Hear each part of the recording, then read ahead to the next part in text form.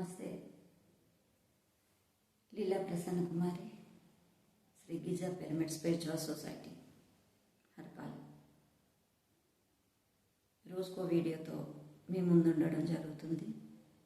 అలాగే ఈరోజు ధ్యాన నవరత్నాలు 9 రత్నాలని బ్రహ్మర్షి పితామహ పత్రిజీ అందించారు. ఆ 9 రత్నాల్లోనే ఆధ్యాత్మిక సారాంశం అంతా ఉంది. ఆ సారాంశాన్ని మనం ఈరోజు తెలుసుకుందాం. ధ్యాన నవరత్నాల్లో మొట్టమొదటిదైన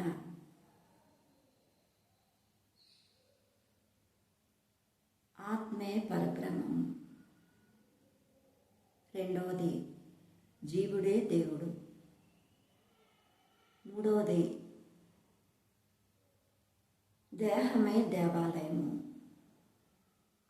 నాలుగవది నీ శ్వాసే నీ గురువు, ఐదవది సమయమే సాధన, ఆరవది సహనమే ప్రగతి, ఏడవది అనుభవమే జ్ఞానము, ఎనిమిదవది దానమే ధర్మము, ధర్మమే పుణ్యము, తొమ్మిదవది. ఈ విధంగా 9 నవరత్నాల ద్వారా ఆధ్యాత్మిక ఆ జీవనానికి సరిపోయే సారాంశం అంతా అందులోనే ఉంది. మనం అర్థం చేసుకోగలిగితే ఈ 9 నవరత్నాలు పట్టుకొని మనం ఎప్పుడూ ఉన్నామంటే మనకు అది సరిపోతుంది. కాబట్టి ఫ్రెండ్స్, ఈ 9 నవరత్నాన్ని కూడా శ్రద్ధగా వినండి, సబ్స్క్రైబ్ చేయండి, లైక్ చేయండి, షేర్ చేయండి. మీ జీవితానికి ఉపయోగపడే ఎన్నో విషయాలను తెలుసుకొని ఆనందమయమైన జీవితాన్ని జీవించండి. ఆత్మే పరబ్రహ్మం మొట్టమొదటి. ఇందులో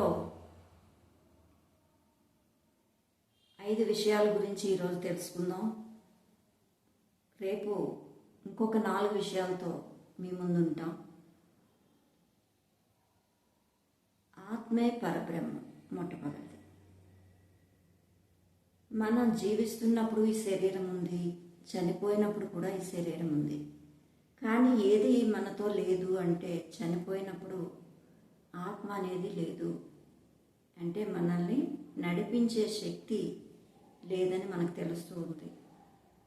ప్రతి ఒక్కరికి ఈ విషయం తెలుసు. తెలుస్తూనే మాయ అనే దానిలో పడిపోతూ ఉంటాము. వేరే ఎక్కడో పరబ్రహ్మ లేదు. మనం విగ్రహారాధన చేస్తూ ఉన్నాం. విగ్రహం ఒక స్ఫూర్తిదాయకం అవ్వాలి. దైవం ఉందంటే దైవంలా మనం తయారవ్వాలి అని అనుకోవాలి తప్పించి విగ్రహాన్ని ఆరాధించడం కాదు.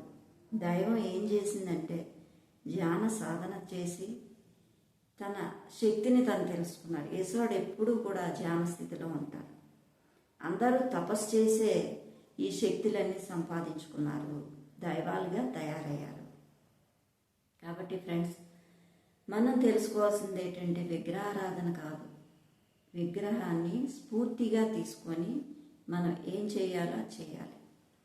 దానికి ఒక క్రికెట్ సచిన్ టెండూల్కర్లా కావాలంటే సచిన్ విగ్రహం పెట్టి కొబ్బరికాయలు కొట్టి పువ్వులు పెట్టి పూజిస్తూ భజన చేస్తూ ఉంటే వస్తుందా? లేదా సచిన్ టెండూల్కర్ ఎలా ప్రాక్టీస్ చేశాడో అలా ప్రాక్టీస్ చేస్తూ ఉంటే వస్తుందా? అది మీకే అర్థమవుతుంది. ఏ విధంగా చేస్తే మనం సచిన్లా అవుతామంటే ప్రతిరోజు కూడా సాధన చేస్తూ అతను ఎలా సాధన చేశారో తెలుసుకొని ఆ ప్రకారంగా మనం సాధన చేయడం ద్వారా అతనిలా మనం తయారవుతాం. అలానే మన భూమి మీదకి దిగి వచ్చిన దేవుళ్ళు అని తెలుసుకుంటున్నాం ధ్యాన సాధన ద్వారా. ఆత్మే పరబ్రహ్మము. ఆత్మ అన్ని చోట్ల ఉంది, అందరిలోనే ఉంది. అదే అంతటా ఆవహించి ఉన్న పరబ్రహ్మము అని తెలుసుకోవడమే ఆధ్యాత్మికమైన సత్యము. ఆత్మే పరబ్రహ్మం అనే సత్యాన్ని మనం ఎక్కడ చూసినా ఆత్మపరంగానే ఉంది. ప్రతి ఒక్కరిలో ఆత్మే ఉంది. రకరకాల శరీరాలైన అందరిలో ఉన్న ఆత్మ ఒక్కటే. అన్ని జీవరాశుల్లో ఉన్న ఆత్మ ఒక్కటే అనేది అర్థమవుతూ ఉంటుంది. అదే పరబ్రహ్మము. ధ్యానం చేస్తే ఏమవుతుందంటే మన చూపు మారుతుంది. ఆ చూసే దృష్టి మారుతుంది. అంతటా మనమే ఉన్నాము అనే దృష్టి మారుతూ ఉన్నప్పుడు అంతా పరబ్రహ్మమే అనే అర్థమవుతూ ఉంటుంది. మనం ధ్యాన సాధన చేయగా ఆత్మే పరబ్రహ్మం అని తెలుసుకుంటాము అనుభవపూర్వకమైన జ్ఞానంతో. అలానే రెండవదైన జీవుడే దేవుడు. దేవుడు ఎక్కడో లేడు, ప్రతి ఒక్క జీవిలోని ఉన్నాడు దైవము. ఇందాక తెలుసుకున్నట్టుగా మనం దేవుడు విగ్రహాల్లోని అలాగే ఫోటోల్లో పెట్టి దేవుడి గదిలోనే దేవుడు ఉన్నాడు, గుళ్ళోనే దేవుడు ఉన్నాడు, లేదా రాతి విగ్రహాల్లో ఉన్నాడు అని చెప్పి భజనలు పూజలు చేస్తూ ఉన్నాం. ఆ విగ్రహం చిరిగిపోయి పైన పడేస్తే దాన్ని తొక్కుకొని వెళ్ళిపోతాం. అంటే ఒక పటం చిరిగిపోయి వెళ్ళిపోయినా తొక్కుకొని వెళ్ళిపోతాం.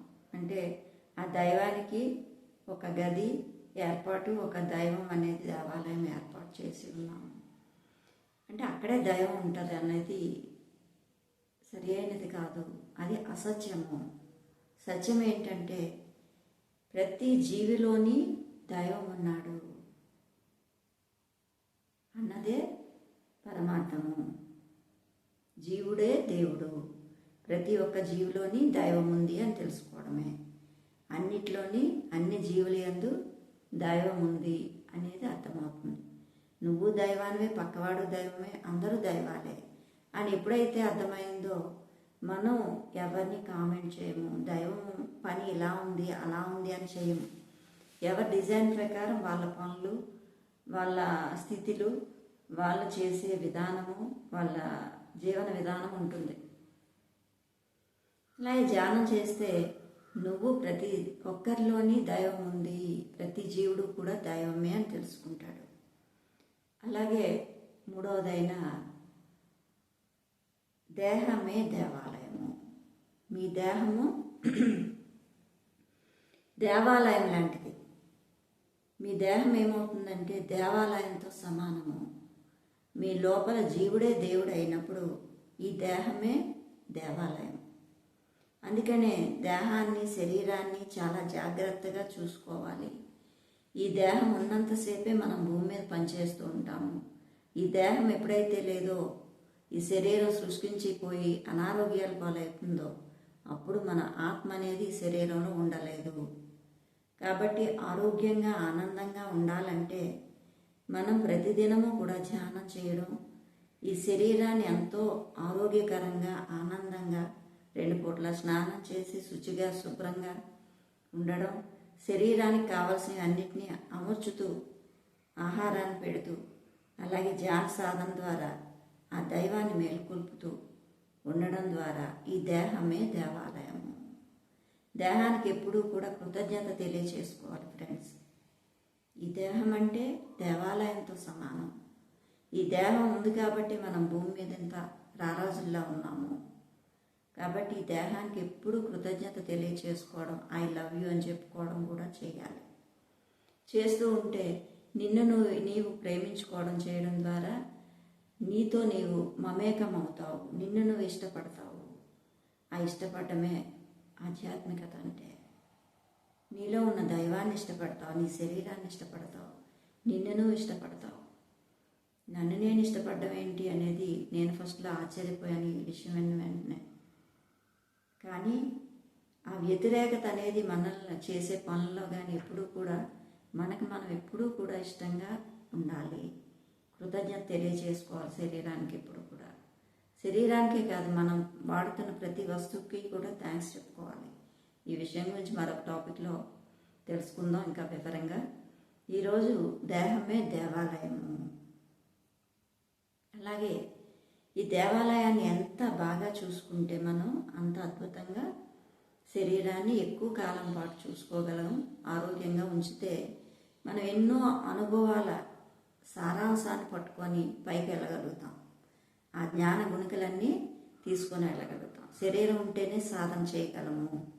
కాబట్టి శరీరాన్ని ఆరోగ్యంగా ఉంటూ దేహమే దేవాలయం. దేవాలయంలోకి వెళ్తే ఎంత పవిత్రంగా ఉంచుకుంటామో దేవాలయాల్ని అలాగే ఈ శరీరాన్ని అంత పవిత్రంగా ఉంచుకోవాలి. సరి అయిన ఆహారం ఇవ్వడం ద్వారా ఆ పవిత్రతను పెంచుకోవాలి. సరి అయిన ఆహారం ఏదంటే శాకాహారమే. ఆ శాకాహారం తింటూ ఆరోగ్యంగా ఆనందంగా ఉండాలి. శాకాహారమే అమృతాహారం. మన దేహానికి దేవాలయానికి సరి అయిన ఆహారం శాకాహారమే. అనవసరమైన చెత్త ఆహారం వేయడం వల్ల కూడా మన దేహాన్ని పాడు చేసుకున్నట్టు అవుతుంది. కాబట్టి దేహాన్ని పరిశుభ్రంగా ఎంతవరకు అవసరమైతే అంత ఆహారం తీసుకుంటూ శాకాహారంలో ఉంటూ ఆరోగ్యంగా ఉంచుకోవాలి. ఈ ధ్యాన సాధన చేయడం ద్వారా మనం ఆరోగ్యంగా ఉంచుకోగలుగుతాం, ఆనందంగా ఉండగలుగుతాం. నీ శ్వాసే గురువు. గురువు ఎవరయ్యా అంటే నీతో పాటు పుట్టిన దగ్గర నుంచి చనిపోయే వరకు ఉండేదే ఈ శ్వాస. ఆ శ్వాసే నీ గురువు. ఆ గురువు నీతో పాటు ఎప్పుడూ ఉంటాడు. కాబట్టి ఆ గురువును ఉపయోగించుకోవాలి. గురువు దగ్గరికి ఎక్కడికో వెళ్ళాల్సిన అవసరం మనకు లేదు. నీ శ్వాస మీద ధ్యాస.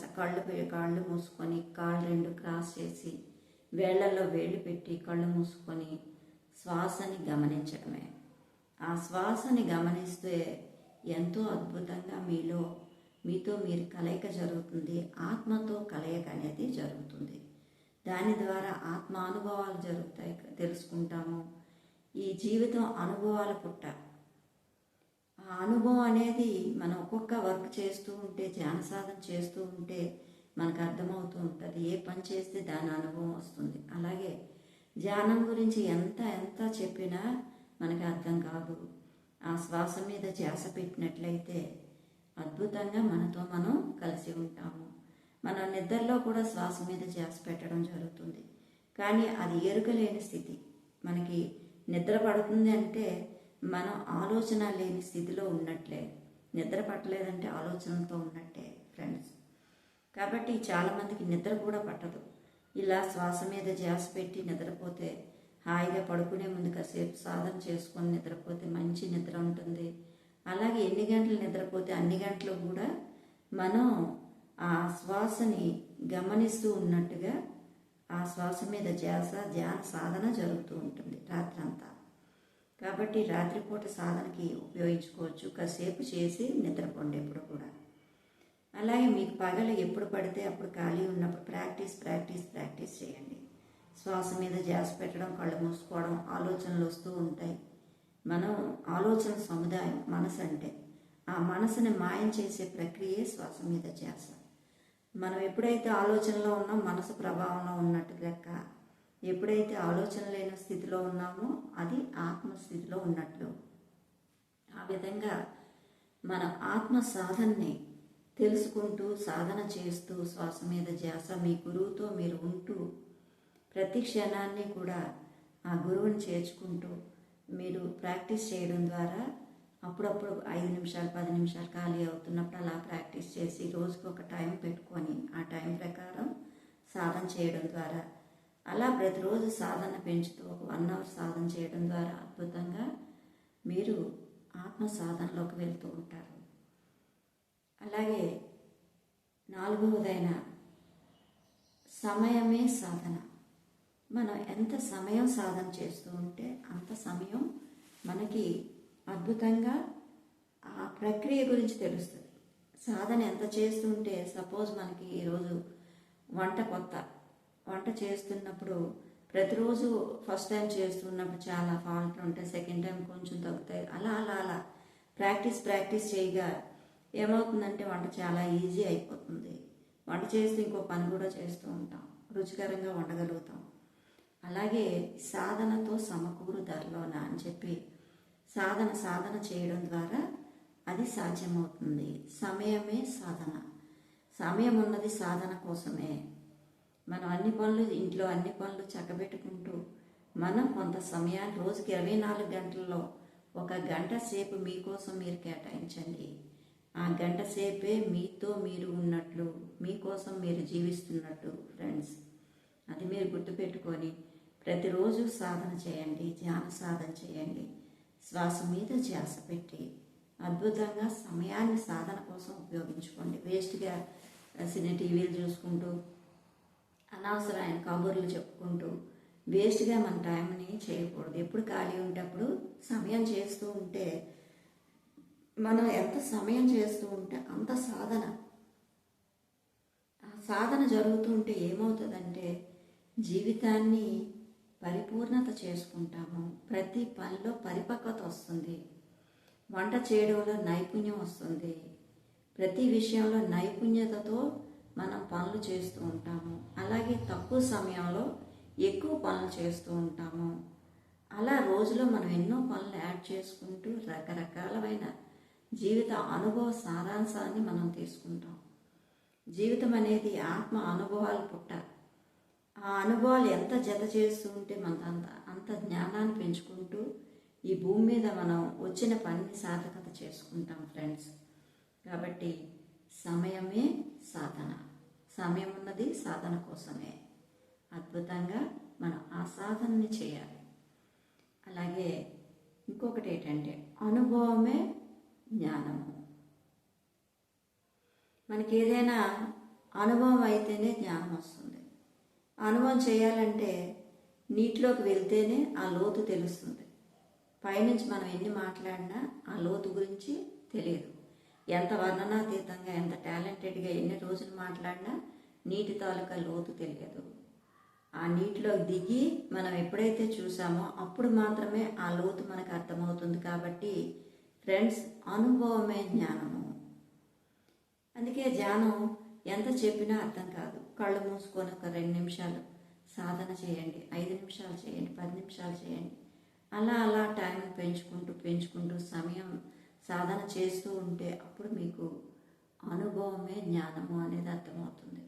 ఆ ధ్యానం చేస్తే ఎలా ఉంటుంది, ఏ విధమైన శాంతితో ఉంటాము, ఎంత ఆనందంగా ఉంటాము, అందులో ఉండే బ్రహ్మానందం ఏంటి అనేది మనకి అర్థమవుతుంది ఫ్రెండ్స్.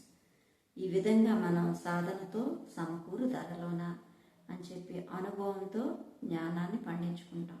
ఈ జ్ఞానమే మనం పైలోకాలకు తీసుకెళ్తూ ఉంటాము. కాబట్టి ఈ అనుభవపూర్వకమైన జ్ఞానాన్ని మనం తెలుసుకుందాం సాధన ద్వారా. ఓకే ఫ్రెండ్స్, ఈరోజు 5 చెప్పుకున్నాం. నెక్స్ట్ డే రేపు ఒక 4 మిగతా 4 మనం పూర్తి చేసుకుందాం ధ్యాన నవరత్నాలు. Okay, thank you. సబ్స్క్రైబ్ చేయండి, షేర్ చేయండి, లైక్ చేయండి. Thank you. బాయ్.